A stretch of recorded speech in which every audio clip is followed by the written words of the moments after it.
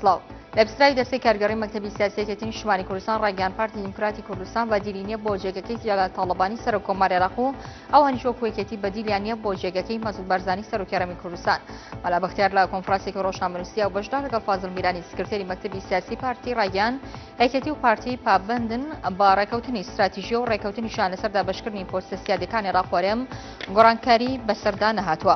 سکرتێری مەکتەبی سیاسی پارتی دیموکراتی کوردستان ڕاگەیان ئەگەر دەستور ببێتە مای تێکچوونی پێکاتی سیاسی و نەتەوەی پێیان باشە دوا بخرێ. فازڵ میرانی لە کۆنفرانسێکی ڕۆژنامەنووسیە و بەشدا لەگەڵ مەلا بەختیار لە پسراوی دەستەی کارگەڕی مەکتەبی سیاسی یەکێتی ڕاگەیان مەسەلەی دەستور لە ئێستادا لای سەرۆکی هەرێم و بەوتەی ئەو نەقس نەڕاپرسیەوە دیارە حکمەتێکی تێدایە. هەراوتی ئەوان وەکو پارتی بارودۆخی ناوخۆیی هەرێمیان بەلاوە گرنگە و ئەگەر دەستور ببێتە مای تێکچوونی ئەو بارودۆخە و پێکاتی سیاسی و نەتەوەیی پێیان باشە دوا بخرێ. ئەمڕۆ پارتی ئاشتی و دیموکراتی بەتەپە لەگەڵ نەچما بارزانی سەرۆکی حکوومەتی هەرێمی کوردستان کۆبوو و بڕیارە ئەو نامەی عەبدوڵڵا ئۆجلان ڕێبەری زیندانیکراوی پارتی کرێکارانی کوردستان بیگەنێتە قەندیل کە ڕۆژی چوارشەممەی ڕابردوو لە میانی سەردانی وەفتەکەی بەتەپە ئۆجلان لە دوورگەی ئەم رادیۆ ڕەوانەی پەکەکەی کردووە.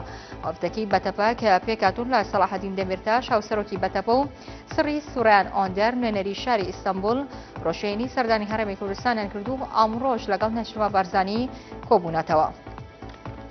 پارێزگاری نینەوە تاکید دەکاتەوە کە وەزارەتی نەوتی عێراق هاوکاریکردنی لەگەڵ پارێزگاکەیاندا ڕەت کردوێتەوە سەبارەت بە فراوانکردنی دابەشکردنی بەرهەمە نەوتەکان کە لە هەرێمی کوردستان و پێیان دەگا.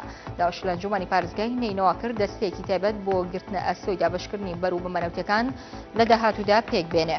ئەمڕۆ وفدێکی حکوومەتی هەرێمی کوردستان بەمبەستی چاوتێکردنی پەیوەندیەکانی نێوانیان سەردانی ویلایەتە یەکگرتووەکانی ئەمریکا دەکەن. سایتی فەرمی حکوومەتی هەرێمی کوردستان بڵاوی کردەوە وفدەکە پێکاتون لە فاحسین سەرۆکی دیوانی سەرۆکیاتی هەرێمی کوردستان و ئاشتە ورامین وەزیری سامانە سروشتەکان و فەلاح مەسەفا بەرپرسی فەرمانگەی پەیوەندیەکانی دەرەوە و قوبات تاڵەبانی بەرپرسی فەرمانگەی مانگی و بە دوواداچوونی حکوومەتی هەرێم. سەرۆکوەزیرانی عێراق وەزیرێکی حکوومەتەکەی بەوە تۆمەتبار دەکات کە بڕی 200 میلیارد دینار لە پارێزگاکەیدا خەرج کردووە بەمبەستی دامەزراندنی بنکێکی هەڵبژاردننی تایبەت بەخۆی. ڕوونیشی کردەوە ئەو وەزیرە کەمتر لە 7 میلیارد دۆلاری لە پارێزگاکانی تردا خەرج کردووە.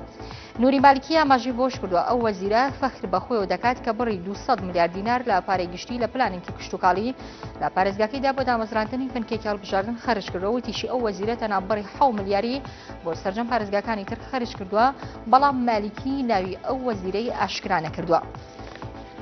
باڵیوەزی کوێیت لە عێراق ڕایگەیاند کە وڵاتەکەی نابێتە بەربەستێک لە بەردەم دەرچوونی عێراق لە ژێربەندی حوتی نەتەوەی گرتوەکاندا. عەلی مومین ئاماژەی بۆش کردووە سەرجەم ئەو مادە و بڕگانەی کە بوونەتە بەربەست لە بەردەم دەرچوونی عێراق لە ژێربەندی حوتەم کۆتایی هاتووە و تەنها دوو بابەت ماونەتەوە کە ئەوانیش ڕووفاتی کوێیتەکان و ئەرشیفی وڵاتەکەیەتی. حکوومەتی مۆسکۆ ڕەخنەی لەو هەوڵانە گر کە دەیانەوێت لێکۆڵینەوەی بڕیار لێدراوەکانی نەتەوەی گرتوەکان لەبارەی بەکارهێنانی چەکی کیمیایی لە سووریا فراوانتر بکەن بە جۆرێک ئەو هێرشانە بگرێتەوە کە هێزەکانی ئۆپۆزیسیۆنی سووریا داوا دەکەن لێکۆڵینەوە لەو بەرەیانەوە بکرێت.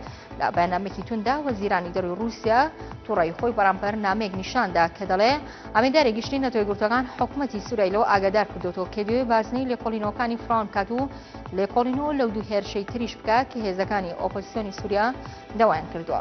هەر شادمەن.